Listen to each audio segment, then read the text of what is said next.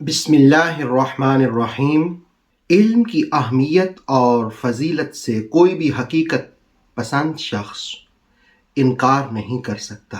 اللہ رب العالمین نے جس وقت انسان کو شرف اور بزرگی اپنی نیابت اور خلافت کے لیے منتخب کیا تو اس کی خصوصیت اور فضیلت یہ رکھی کہ اللہ رب العالمین نے انسان کو علم عطا فرمایا۔ یہی وجہ ہے کہ انسان اول حضرت آدم کو اللہ رب العالمین نے علوم سے آگاہی فرمائی جو اس وقت تک مخلوق میں سے کسی کو نہیں دی تھی۔ سورہ بقرہ کی آیت نمبر 33 ملاحظہ کرتے ہیں۔ پہلے لفظی ترجمہ اور پھر اس پر علم کی فضیلت اور نیابت و خلافت کے لیے علم کی اہمیت اور ضرورت پر بات کریں گے۔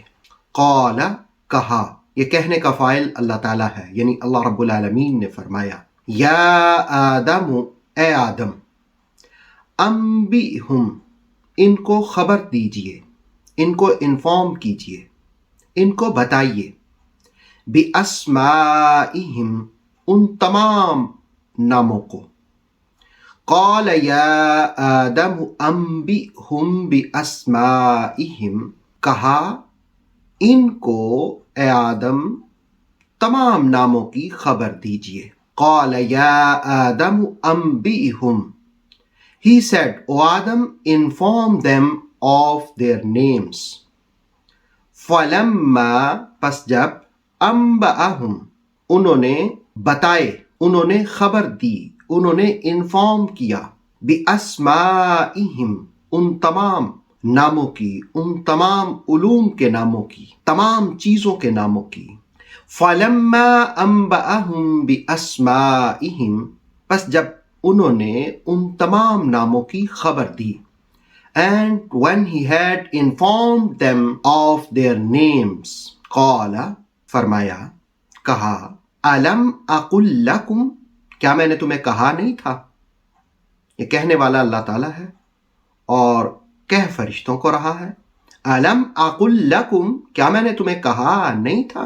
إِنِّي أَعْلَمُ، بے شک میں جانتا ہوں، غیب السماوات والارض، آسمانوں اور زمین کے غیب کا علم۔ قال أَلَمْ أَقُلْ لَكُمْ إِنِّي أَعْلَمُ غَيْبَ السَّمَاوَاتِ وَالْأَرْضِ، فرمایا، کیا میں نے تمہیں کہا نہیں تھا کہ میں جانتا ہوں، خوب جانتا ہوں، زمین و آسمان کے غیب کا علم۔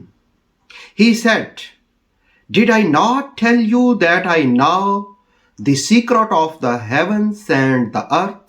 وَأَعْلَمُ، اور میں خوب جانتا ہوں، and I know مَا تُبْدُونَ، جو تم ظاہر کرتے ہو، وَمَا كُنْتُمْ تَكْتُمُونَ، اور جو تم چھپاتے ہو۔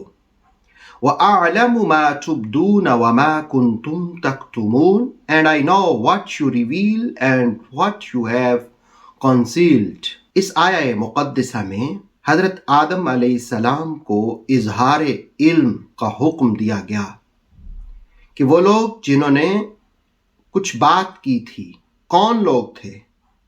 وہ انسان نہیں تھے، وہ فرشتے تھے، جن فرشتوں نے یہ کہا تھا کہ انسان تو فساد کرے گا۔ اللہ رب العالمین نے کہا کہ آدم ذرا علوم کا اظہار فرمائیے، ان کو مختلف چیزوں کے نام بتائیے، ان کو علم کا اظہار کیجیے۔ تو جس وقت حضرت آدم علیہ السلام نے اپنے علوم کا اظہار کیا تو پھر اللہ رب العالمین نے فرمایا تھا کہ کیا میں نے تمہیں کہا نہیں تھا، میں جانتا ہوں زمین و آسمان کے غیب کا علم۔ ذرا تصور میں لائیے اس آیت کے پیش نظر، اگر انبیاء کی صف میں کھڑے ہونے والے مقتدی کہ علم کا عالم یہ ہے تو امام الانبیاء کے علم کا عالم کیا ہوگا؟ آدم انسان اول ہیں، لیکن وہ انبیاء کی صف میں کھڑے ہیں، جس نبیوں کی صف کے امام محمد رسول اللہ صلی اللہ علیہ وآلہ وسلم ہیں۔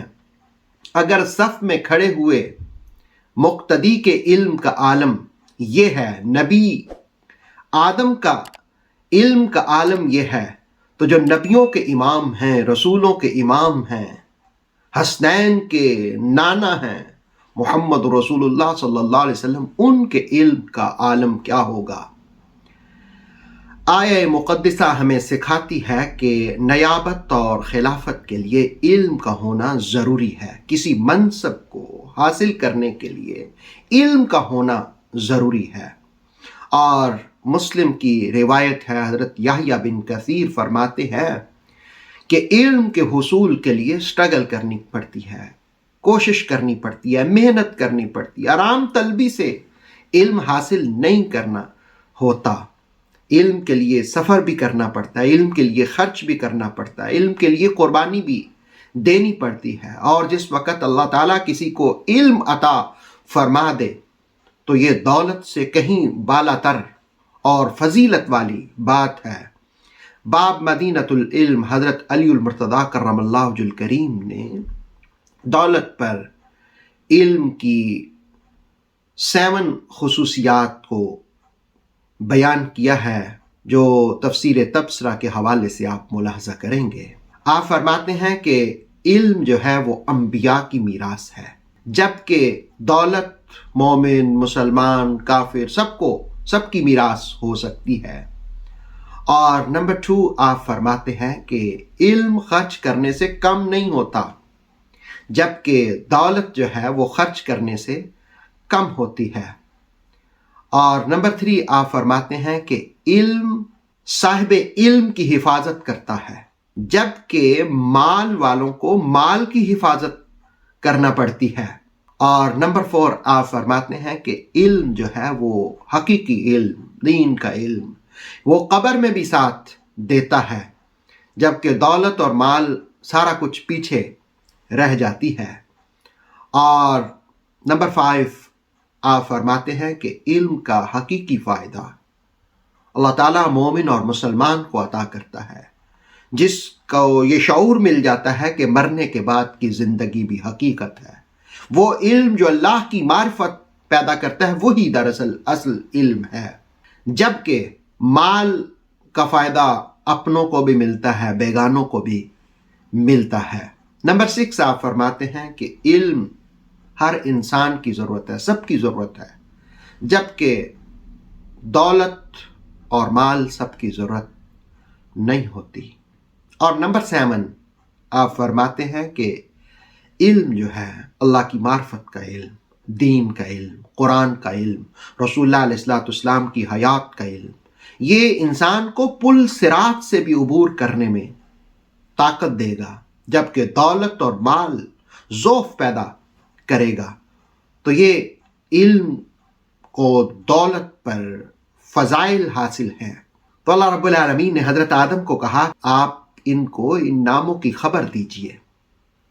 اس کے بعد پھر فرشتوں سے کہا کہ جو تم ظاہر کر رہے تھے اور جو تم چھپا رہے تھے میں اسے جانتا ہوں۔ اس کا مطلب یہ ہے کہ مخلوق جو ہے اس کی یہ عادت ہے، اس کی یہ خصلت ہے کہ وہ 2 حالتوں سے خالی نہیں ہوتی، یا تو وہ کچھ چیز چھپا لیتی ہے اور کچھ ظاہر کرتی ہے۔ تو بالکل یہی حالت تھی فرشتوں کی، کچھ وہ ظاہر کر رہے تھے، کچھ وہ چھپا رہے تھے۔ دراصل آدم کو، انسان کو فرشتوں پر بھی فضیلت دی جا رہی تھی، اشرف المخلوقات بنایا جا رہا تھا، اس سے ان کو کچھ تھوڑا محسوس ہو رہا تھا۔ اللہ رب العالمین نے فرمایا کہ بہرحال اللہ رب العالمین نے اس چیز کا ذکر نہیں کیا کہ کیا چیز، لیکن یہ ضرور فرمایا کہ اعلم ما تبدون وما کنتم تکتمون، جو میں جانتا ہوں جو تم ظاہر کر رہے ہو اور جو تم چھپا رہے ہو۔ اللہ رب العالمین علم والوں کا صدقہ ہمیں علوم سے نوازے، خاص طور پر قرآن مجید کے علوم۔ رسول اللہ علیہ السلام نے فرمایا کہ جو علم کی راہ پر چلتا ہے وہ جنت کی راہ پر چلتا ہے، اور کائنات کی ہر شے اس کے لیے دعائے مغفرت بھی کرتی ہے۔ اللہ تعالی ہمیں علم کی راہ پر قائم دائم رکھے، اور اللہ تعالی ہم سب کی آخرت اچھی فرمائے۔